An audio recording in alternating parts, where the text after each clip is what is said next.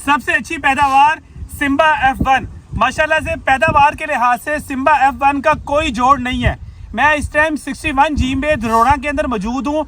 यहाँ पे इन्होंने फरवरी आखिर के अंदर सिम्बा F1 वैरायटी काश की थी। माशाल्लाह इसकी पैदावार इंतहाई ज़बरदस्त, हर दूसरे दिन 18 से 20 किलो के बोरे 100 बोरे ये हासिल कर रहे हैं माशाल्लाह। मेरे साथ फार्मर मौजूद हैं, मैं चाहूँगा वो आपको खुद बताएं कि उन्होंने कौन सी वैरायटी लगाई थी और उसकी पैदावार कैसी है।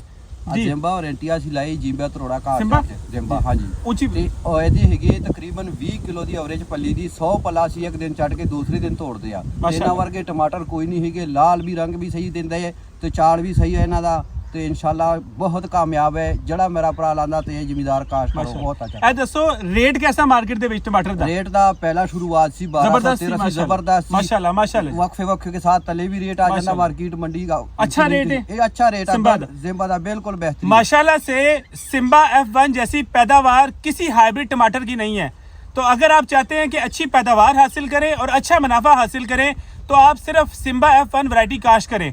ग्रीन गोल्ड जिंदाबाद।